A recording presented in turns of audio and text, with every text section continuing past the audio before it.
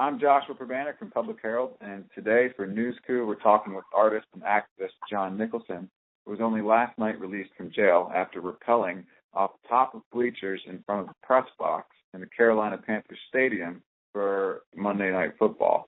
John, welcome to the call. Josh, thanks for having me. Well, I think the question on everyone's mind in Pittsburgh is, how was the game from those seats? Oh, it was a great view. Luckily, the Panthers won. I was happy about that. Oh, but yeah, it was a good game though. Overtime win. And I know some of our readers are familiar with your work at Public Herald, but for everyone else, can you tell them more about what you've been part of with our team? Yeah. So for over a year and a half, I've worked with Public Herald in obtaining complaint files from the Department of Environmental Protection in the state of Pennsylvania. As they stand right now, those files are incredibly inaccessible to the general public. And what we've tried to do at Public Herald is to scan those files, digitally archive them, and release them in a database called the Newsroom. The File Room. The File Room, yeah. And has your work with investigative journalism influenced your activism? Oh, absolutely, yeah. I feel like through the research that we've done at Public Herald that I've really learned a side of the oil and gas industry that most people don't see, including how the industry relates and pushes back on state laws and regulations. So everything from that side, the personal relationship side with the state, as well as just how permits are issued, what are inside of those permits, what is really addressed and what is overlooked. And what was this action about?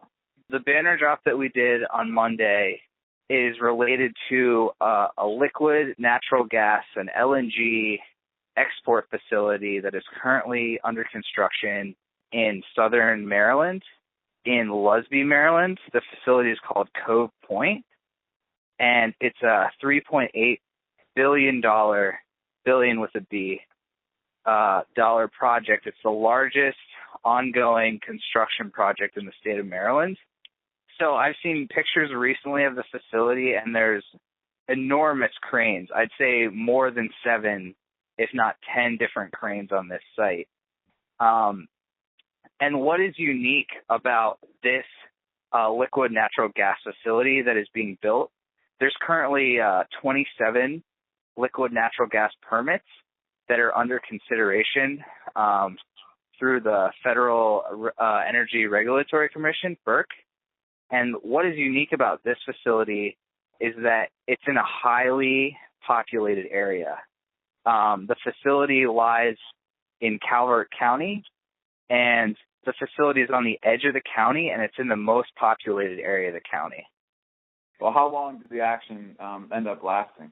Yeah, I was at the game, and then I was on the rappel line for over 45 minutes before I lowered myself down and was then abruptly and swiftly detained by both private security, ushers, and Mecklenburg County, Charlotte police. And why the NFL Monday Night Football for a protest? Like, why this location and this issue?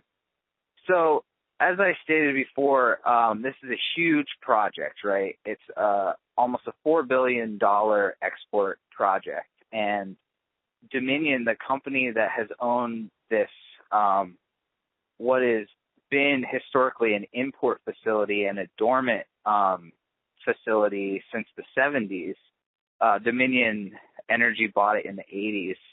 To switch it from import to export is, like I said, unprecedented and takes an enormous amount of infrastructure. And what's so unique about it is the amount of money that it takes. And for Dominion Energy to have that type of capital flow, they needed financial backing from major financial institutions. And Bank of America is the largest reported backer of this project. So the latest figure that I have that we've been able to obtain is from 2013, and at that time they had already given Bank of America had already given Dominion Energy over $275 million, and we speculate that it's over $500 million right now. The project itself is completely over budget and not on time. Basically, I want Bank of America to know that funding this type of project that puts people's lives in danger is just completely unacceptable. Dominion has a very checkered track record in the way of safety and as well as emissions. Just last year, Dominion was fined over $23,000 for excessive emissions of ammonia that were not reported. And so it was at the Cove Point facility, and that was before construction started. So that was the emissions of ammonia before it had started to become an export facility. And Bank of America knows all of this. How they operate is they do all kind of, financial risk assessment before ever even thinking about, starting to put money and investment into a project this large. And so there's no way that Bank of America doesn't understand the risk, doesn't understand the type of company that is trying to operate a liquid natural gas facility in Southern Maryland. And I think it's just really egregious of them to know all of that information, to know the risks, to know that the largest part of Calvert County could be at such risk, and to still fund that project. We know from the air emissions alone, if this facility is completed and is working under best operating conditions, that there will be a spike in childhood leukemia, asthma, and birth defects. And that's just, historically what happens when you have the type of air pollution that has been cited in the permits through FERC. If the facility is completed and, again, operating under best conditions, it would emit annually 22.5 tons of toxins into the air. And it's the worst of the worst stuff. It includes all the VOCs too. So, what has been the response with the media so far since your action? I think the media response has been great. A lot of people have been checking out the site and wanting to know more about the issue. I think that's one of the problems, is that so many companies like Dominion are operating outside of public checks and balances. And that's really, what the Federal Energy Regulatory Commission is supposed to do, is to aid in that check and balance. But we haven't really seen that happen with this permit or any other permit under that commission. So we think that it's really important that people know what's going on and know the risks. I mean, thousands of lives, literally will be in the balance if this facility is completed. Just to give you a couple numbers on the risks, the Department of Energy usually recommends for a liquid natural gas facility to have a 2.2 mile evacuation zone. And 2.2 miles from Cove Point would include 8,000 people.